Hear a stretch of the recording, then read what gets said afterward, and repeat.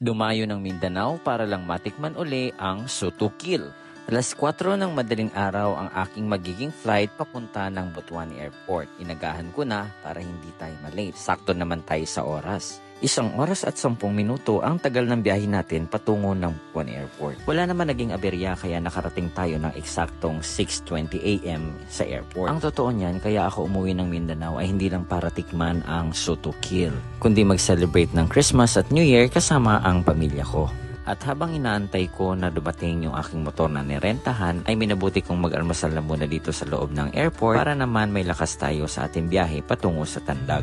Maya-maya ay dumating na yung motor na gagamitin natin. Aerox, bagong-bago, 4,000 kilometers odo pa lang ang tinatakbo. Maya-maya nag-gear up lang ako para dire-diretso na ang biyahe ko papunta ng Tandag. Mabuti na lang maganda ang panahon kasi ayon sa balita na napanood ko kahapon, merong namumuong bagyo at dito ang tama sa Caraga. At mukhang napagbigyan naman ako ng magandang panahon kaya maaraw nung umalis ako sa airport. Expected ko na kasi talaga na masabaw ang magiging biyahe ko ngayon. Pero effective ang prayer natin kaya tignan nyo naman, napakaganda ng panahon, malamig ang klima, kahit tirik ang araw at napakaaliwalas ng paligid. Gusto ko na sanang makarating kaagad sa amin dahil wala pa akong tulog at gusto ko magpahinga. Pero kung ganito ba naman kaganda yung dadaanan mo, ay bakit mo naman kailangang madaliin? Malalawak na kalsada at iilan lang ang mga sasakyan. Puro green, puro puno, palayan at mga ilog ang madadaanan mo. May nadaanan akong gasolina kaya huminto rin muna ako para magpa-full tank para dire-diretso na yung biyahe natin. Nandito pa rin tayo sa Barangay Lemon daw to, sa Butuan pa rin to na part. Napahinto lang ako dito kasi na-appreciate ko yung lawak ng kalsada. Ayan o. Yung motor na narentahan natin no, bago. Aerox version 2, kaso nga lang naka-stock pa siya no. Mas maganda sana kung naka-quick tires yan para mas makapit. Tapos meron tayong helmet na pinahiram din nung nagparenta sa atin ng motor. Ang bundok ko, tinan nyo merong mga fog. Tirik yung araw pero malamig yung panahon. Ayos talaga dito, solid. Yan lawak ng kalsada sige, karera sila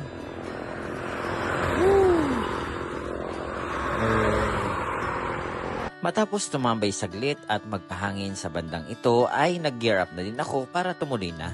Totoong malalawak ang kalsada dito sa Mindanao pero tandaan ninyo na mag-iingat pa rin kayo dahil marami sa mga kalsada dito ang kasalukuyang ginagawa para maiwasan natin ang mga disgrasya kagaya nito.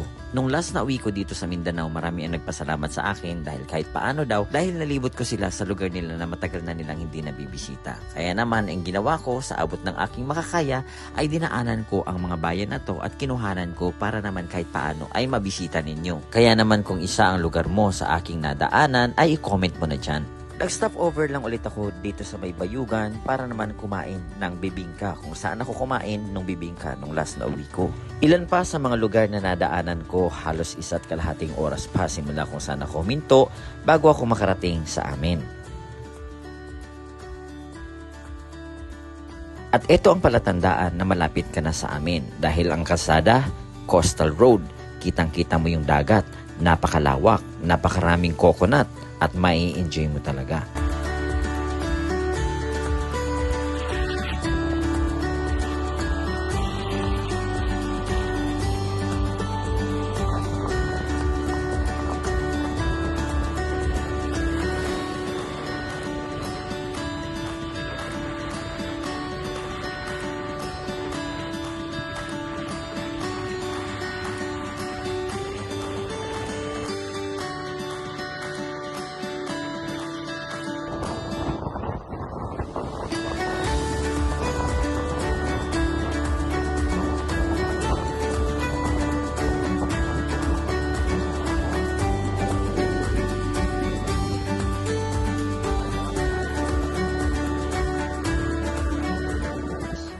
Malapit na ako sa amin. Dahil yung mama ko ay hindi naka-attend nung aking graduation, nung masteral graduation ko.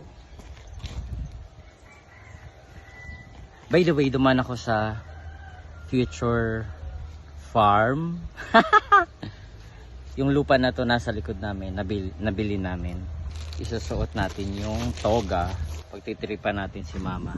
So magtutoga tayo papunta sa bahay.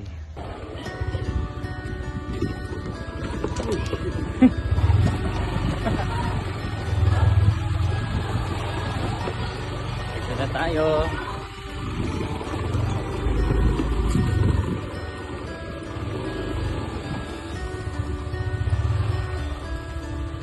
Ayo! Ano? Ano masasabi mo? Ano masasabi mo? Nakatuhog ako pumunta dito kasi hindi ka matid ng graduation ko. Ano masasabi mo? Hindi yung matid ng graduation, kaya yung graduation na pumunta dito. Uy, nabiso naman kami sa paghahanda. Ayan nga, ayan pa. Wow, masarap naman yan. Yan, miss. Yan ang hinahanda na nila, oh. Favorite ko, guys. Wow, talagang prepare nila, oh. Ay, so, miss.